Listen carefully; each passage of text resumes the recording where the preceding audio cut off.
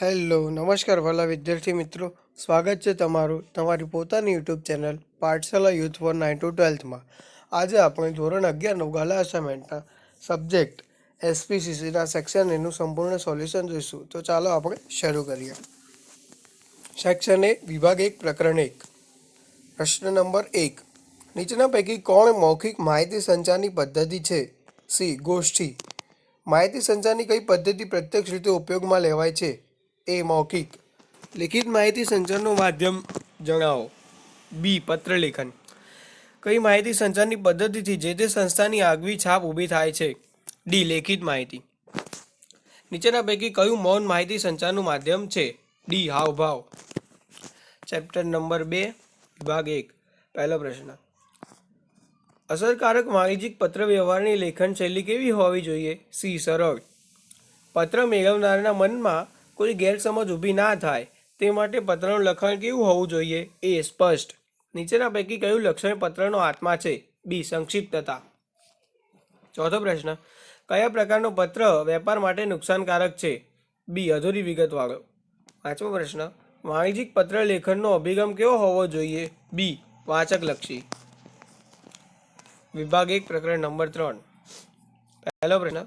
વાણિજ્યિક પત્ર માટે સામાન્ય રીતે કાગળનો રંગ કેવો હોવો જોઈએ? એ. સફેદ. બીજો પ્રશ્ન. પત્ર લેખન માટે ઉપયોગમાં લેવામાં આવતો કાગળ કેવી ગુણવત્તાવાળો હોવો જોઈએ? સારી ગુણવત્તાવાળો. ત્રીજો પ્રશ્ન.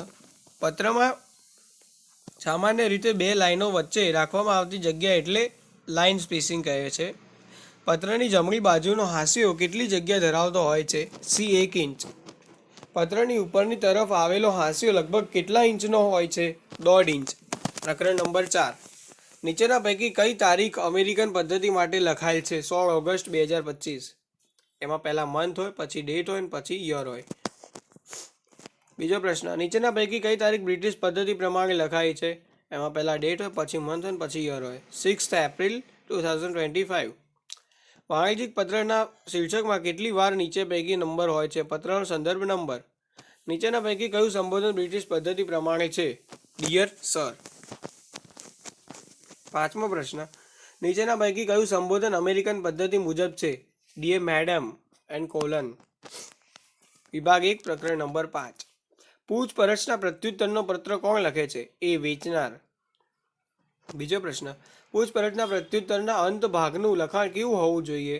ડી. અસરકારક અને ઓર્ડર અપાવે તેવું. ત્રીજો પ્રશ્ન. વેચાણકર્તા તરફથી જાહેર કરેલ વિવિધ માલ સામાનની તેમજ સેવાઓની કિંમત દર્શાવતું પત્રક એટલે પ્રાઇસ લિસ્ટ. ચોથો પ્રશ્ન. નીચેના પૈકી કયા પત્રોનો સમાવેશ વાણિજ્યિક પત્રોમાં થાય છે? ડી. પૂછપરછના પત્રો. પાંચમો પ્રશ્ન. નીચેના પૈકી કયા પત્રો ગ્રાહકને આકર્ષવાનું કામ કરે છે? સી. પૂછપરછના પ્રત્યુત્તર આપતા પત્રો. વિભાગ 1 પ્રકરણ નંબર 6. વાણિજ્યિક પત્રોમાં ઓર્ડર આપતા પત્રો કેવા પ્રકારના ગણાય છે? બી. માલ સામાન મોકલવાની વિનંતી કરતા પત્રો. પ્રશ્ન નંબર 2. ઓર્ડર આપતો પત્ર ખરીદનાર અને વેચનાર વચ્ચેનો કેવો કરાર છે? લેખિત કરાર છે. ત્રીજો પ્રશ્ન. ઓર્ડર આપતા પત્રોમાં આવતો ઓર્ડર શબ્દ કઈ ભાષાનો છે? ડી. અંગ્રેજી ભાષાનો. ઓર્ડર આપતા શબ્દોનો ગુજરાતી ભાષામાં સામાન્ય રીતે કેવો અર્થ કરવામાં આવે છે? હુકમ. પાંચમો પ્રશ્ન. ઓર્ડર શબ્દનો વાણિજ્યિક પત્ર વ્યવહારના સંદર્ભમાં કેવો અર્થ કરવામાં આવે છે? ડી. વિનંતી. છઠ્ઠો પ્રશ્ન. ઓર્ડર આપતો પત્ર ખરીદનાર અને વેચનારને કાયદેસરની રીતે જોડી કડી કરી છે. સાતમો પ્રશ્ન. મોટે ભાગે ઓર્ડર આપતા પત્રમાં મંગાવવાના માલ સામાનની વિગતો કેવા સ્વરૂપે દર્શાવાય છે? સી. કોષ્ટક સ્વરૂપે. આઠમો પ્રશ્ન. વેચાણકર્તા પૂછપરછના પ્રત્યુત્તર આપતા પત્રની સાથે બિડાણ સ્વરૂપે શું મોકલી આપે છે? ઓર્ડર પત્રક. નવમો પ્રશ્ન. નિયત સમય મર્યાદામાં માલ સામાન ન મળે ત્યારે ગ્રાહક વેચાણકર્તાને સૌપ્રથમ કયો પત્ર લખે છે? સ્મૃતિપત્ર. કામદારીની હડતાલને કારણે ઉત્પાદન બંધ થવાથી ઓર્ડરને રદ કરતો પત્ર ખરીદનારને કોણ લખશે? બી. વેચાણકર્તા. Chapter number 7. દાવા ફરિયાદના પતાવટના પત્રો અત્યારના વેપારીઓ કેવી રીતે જુએ છે? હકારાત્મક રીતે. બીજો પ્રશ્ન. ગ્રાહક સાથે ઉદ્ધતાઈપૂર્વક વર્તન કરવામાં આવે તેનો માનભંગ થાય ત્યારે ગ્રાહકે પ્રથમ પગલું શું લેવું જોઈએ? સી. ફરિયાદ પત્ર લખવો જોઈએ. ત્રીજો પ્રશ્ન. ફરિયાદ પત્રની ભાષા કેવી ના હોવી જોઈએ? ગુસ્સાવાળી. વેપારી કયા સિદ્ધાંત મુજબ દાવા ફરિયાદની પતાવટ કરતા નથી હોતા? એ. ગ્રાહક સાવધાન. અગાઉના વર્ષોમાં દાવાઓ અને ફરિયાદોને કેવી રીતે માનવામાં આવતી હતી? બી. સિદ્ધર્થ સ્વરૂપે. વિભાગ 2 પ્રકરણ નંબર 1. BCCIનું આખું નામ જણાવો. Board of control of currency in India છે. બીજો પ્રશ્ન, કયા ભૂતપૂર્વ રાષ્ટ્રપતિએ અખિલ ભારતીય રેલ કર્મચારી સંઘની સ્થાપના કરી હતી? શ્રી વી ગિરીએ.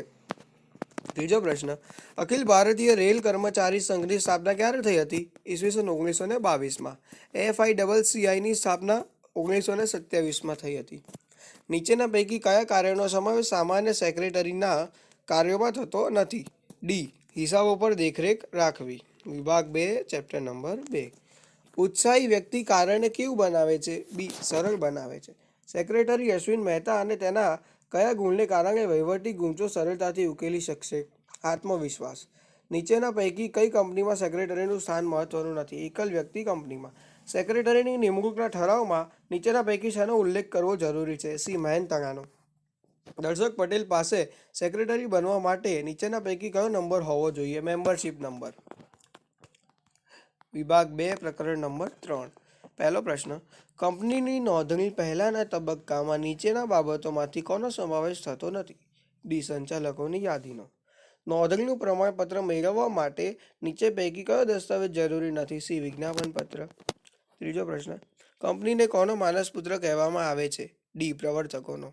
ચોથો પ્રશ્ન, કંપનીને અસ્તિત્વમાં લાવવાનું કાર્ય કોણ કરે છે? ડી. પ્રયોજક.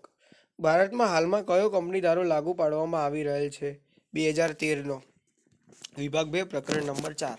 પ્રશ્ન 1, કંપનીની કર્મચારી દ્વારા કરવામાં આવેલ સત્તા બહારના કાર્યો કોણ જવાબદાર છે? સી. કંપની પોતે જ. બીજો પ્રશ્ન, સત્તા બહારના કાર્યો માટે સંચાલકો કોના માટે જવાબદાર ઠરે છે? બી. ત્રાહિત પક્ષ માટે. ત્રીજો પ્રશ્ન, જવાબદારીની દ્રષ્ટિએ કંપનીની કેટલા ભાગમાં વહેંચણી કરી શકાય? બી. 3. આવેદનપત્ર પર જાહેર કંપનીઓ માટે ઓછામાં ઓછા કેટલા સભ્યોની સહી હોવી જોઈએ? 7 સભ્યોની. પાંચમો પ્રશ્ન, આવેદનપત્ર પર ખાનગી કંપની માટે ઓછામાં ઓછા કેટલા સભ્યોની સહી હોવી જોઈએ? એ. 2 સભ્યોની. વિભાગ 2 પ્રકરણ નંબર 5. પહેલો પ્રશ્ન, કંપનીના આંતરિક વહીવટનું નિયમન કરતા નિયમોનો સમૂહ એટલે નિયમનપત્ર. બીજો પ્રશ્ન, ખાનગી કંપનીએ તેના નિયમનપત્રમાં કેટલી વિશેષતાઓ જણાવવી જોઈએ? બી. 3 વિશેષતાઓ. ત્રીજો પ્રશ્ન, શેર મૂડીથી મર્યાદિત જવાબદારીવાળી કંપની જો નિયમનપત્ર ન બનાવે તો તે કયું ટેબલ અપનાવી શકે? બી. Table number F. ખાનગી કંપનીમાં વધુમાં વધુ સભ્ય સંખ્યા કેટલી રાખી શકાય છે? બી. 500. પાંચમો પ્રશ્ન, કંપની ધારા અનુસાર નિયમનપત્રમાં ફેરફાર કરવા માટે પારસ કંપનીએ કેવો ઠરાવ પસાર કરવો પડશે? બી. ખાસ ઠરાવ. માણેક પબ્લિક લિમિટેડ કંપનીનો માણેક પ્રાઇવેટ લિમિટેડ કંપનીમાં રૂપાંતર કરવા માટે કંપનીએ કોની મંજૂરી લેવી પડશે? સી. ટ્રિબ્યુનલની. સાતમો પ્રશ્ન, નવી શરૂ થયેલી મહાવીર ટ્રેડિંગ કંપની કોની જોગવાઈઓને અનુલક્ષીને પોતપોતાનું નિયમનપત્ર તૈયાર કરશે? આવેદનપત્રની જોગવાઈને અનુલક્ષીને. આઠમો પ્રશ્ન, કંપની ધારા 2013માં પરિશિષ્ટ 1માં જે તે પ્રકારની કંપનીનું નિયમનપત્ર તૈયાર કરવામાં કેટલા પ્રકારના ટેબલ આપેલા છે? સી. 5 પ્રકારના ટેબલ. નવમો પ્રશ્ન, પ્રકાશ કંપનીએ ટેબલ જે મુજબનું નિયમનપત્ર તૈયાર કરવા માટે કયા ટેબલની જોગવાઈ સ્વીકારવી પડશે? Table number H. 10મો પ્રશ્ન, પારસ કંપનીએ ટેબલ જી મુજબનું નિયમનપત્ર તૈયાર કરવા માટે કયા ટેબલની જોગવાઈઓને અનુસરવી પડશે? Table number F. વિભાગ 2 પ્રકરણ નંબર 6. પહેલો પ્રશ્ન, ધંધાનું ચાલક બળ કયું છે? સી. મૂડી. બીજો પ્રશ્ન, કંપની પોતાને જોઈતી મૂડી જાહેર જનતા પાસેથી શેર કે ડિબેન્ચર દ્વારા એકઠી કરે છે. ત્રીજો પ્રશ્ન, જાહેર જનતાને અને રોકાણકારોને કંપની વિશે યોગ્ય માહિતી મળી રહે તે માટે કંપની કયા દસ્તાવેજ બહાર પાડે છે? સી. વિજ્ઞાપન પત્ર. ચોથો પ્રશ્ન, જાહેર જનતાને શેર કે ડિબેન્ચર ખરીદવા માટે જે જાહેર દસ્તાવેજ દ્વારા આમંત્રણ આપવામાં આવે છે તેને શું કહેવાય? બી. વિજ્ઞાપન પત્ર. પાંચમો પ્રશ્ન, સાદી ભાષામાં વિજ્ઞાપન એટલે જાહેરાત. છઠ્ઠો પ્રશ્ન, ભરણાની રકમ મળે તે કયા જમા કરાવવી પડે? એ. અલગ શેડ્યુલ બેંકમાં અલગ ખાતું ખોલાવી જમા કરાવવી પડે. સાતમો પ્રશ્ન, ખાનગી નિયુક્તિમાં ભરણાની ફાળવણી કેટલા દિવસોમાં કરવી પડે? બી. 60 દિવસોમાં. આઠમો પ્રશ્ન, વિજ્ઞાપન પત્ર છપાવવું જરૂરી છે. નવમો પ્રશ્ન, સંચાલકોની દીવાની જવાબદારીમાં શું થાય? એ. થયેલ ખોટ ભરપાઈ કરવી આપવી પડે છે. 10મો પ્રશ્ન, ખાનગી નિયુક્તિમાં બહારની કેટલી વ્યક્તિને પ્રસ્તાવ આપી શકાય છે? એ 50 વ્યક્તિને. So thank you friends. જો તમને વિડીયો ગમ્યો હોય તો લાઇક શેર એન્ડ સબસ્ક્રાઈબ કરજો. મળીએ આપણે નવા વિડીયોમાં. ત્યાં સુધી take care and bye bye.